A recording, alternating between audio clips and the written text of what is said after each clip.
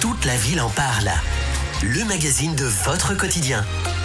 Sur Radio Star. On est de retour dans Toute la ville en parle avec mon invité du soir, Pascaline Lécorché. On va parler maintenant des sujets qui tiennent à cœur aux Marseillais. On va aborder différents sujets et puis vous allez me donner votre avis. Pascaline, on était en train de parler justement de votre projet métropolitain. Est-ce que vous pouvez nous en dire un chouïa plus ? Alors oui, évidemment. Donc ce projet métropolitain, c'est un projet qui a vocation à mettre sur la table des propositions qui irrigueront les différents programmes municipaux. Donc c'est vraiment dans l'ancrage municipal que ça va se passer. Nous, ce qu'on dit aujourd'hui, c'est que cette métropole, donc elle n'est pas du tout à la hauteur des enjeux. On peut parler en particulier de la mobilité. Et là, je pense que partout à l'échelle du territoire, on voit bien à quel point cette problématique de la mobilité, elle est essentielle. Elle est essentielle pour aller au travail, elle est essentielle pour aller chez le médecin, elle est essentielle pour aller au sport, accompagner les enfants. Et donc aujourd'hui, elle fait défaut cette problématique des transports, ces transports qui sont soit insuffisants, soit parfois aussi dysfonctionnels. Moi, j'ai accompagné ma fille la semaine dernière à l'école, 40 minutes. Il a fallu attendre le bus. Ouais. Alors évidemment, c'est un problème. C'est un problème pour elle d'arriver en retard et puis après moi à mon travail. C'est vrai. Et donc cette question des transports, elle sera cruciale et au cœur donc de toutes les problématiques des municipalités. La question de la voirie aussi.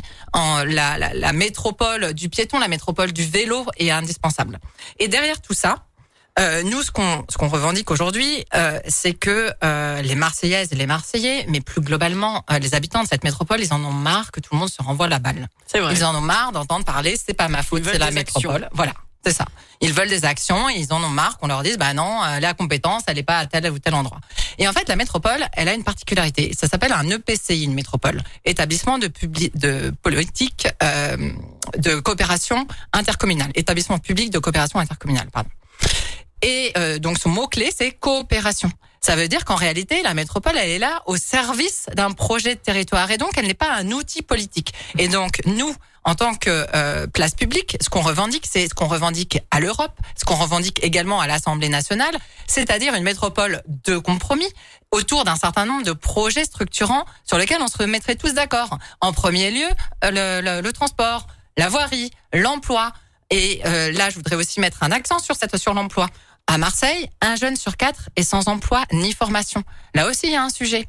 On a le bassin de Fos-sur-Mer, qui est un enjeu d'emploi hyper important. J'ai lu hier dans la Provence 120 entreprises qui en appellent à l'État pour statuer sur ce bassin de Fos. Et à la clé, on a 10 000 emplois. Là aussi, il faut une vision métropolitaine. Il faut des transports pour permettre que les habitantes et les habitants de Marseille et alentours puissent aller travailler, que là-bas, on puisse en faire un fleuron de la transformation écologique. Vous en avez parlé tout à l'heure. Ce territoire est un territoire qui va être de plus en plus chaud. Et on voit bien les étés de plus en plus chauds et la manière aussi de pouvoir s'en prémunir, avoir plus d'arbres tout simplement, travailler aussi la réfection quelque part de la voirie de manière à ce que celle-ci elle soit plus adaptée à nos températures qui vont atteindre jusqu'à 50 degrés sur le bitume. Et donc tout ça se prend à l'échelle métropolitaine parce que ça nécessite cette coopération. Et donc on dit nous, il va falloir travailler ensemble, les communes les unes avec les autres. Cette métropole, elle est née sans désir et aujourd'hui, c'est nous qui la désirons et c'est pour ça qu'on y travaille. Comment vous imaginez cette gouvernance métropolitaine plus démocratique, plus ouverte ? Eh bien justement, en ayant travaillé un projet, en se mettant autour d'une table et en se mettant d'accord sur ces projets-là, de manière à ce qu'on travaille dans l'intérêt général et non pas dans des logiques politiciennes les uns contre les autres. Et donc là, moi, je vais sur le territoire à la rencontre des maires pour discuter avec eux de quelle serait demain la métropole de leurs rêves, de leurs choix, une métropole pragmatique aussi, celle qui leur permettrait de transformer leur territoire, d'avoir des projets municipaux qui aboutissent avec enfin ces pistes cyclables qui puissent permettre aux gens de ne pas avoir à se dire est-ce que c'est parce que c'est le département, la ville ou la métropole qui a pas fait son taf quelque part. Au fond, peu importe l'étiquette, il faut que vous travailliez ensemble pour l'intérêt des citoyens. Exactement.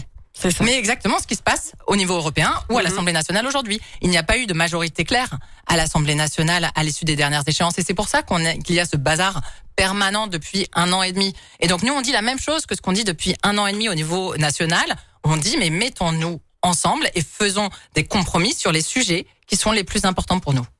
Merci Pascaline. On va faire une petite pause dans un instant dans Toute la ville en parle. On fera davantage connaissance avec notre invité. Restez avec nous sur Radio Star. On se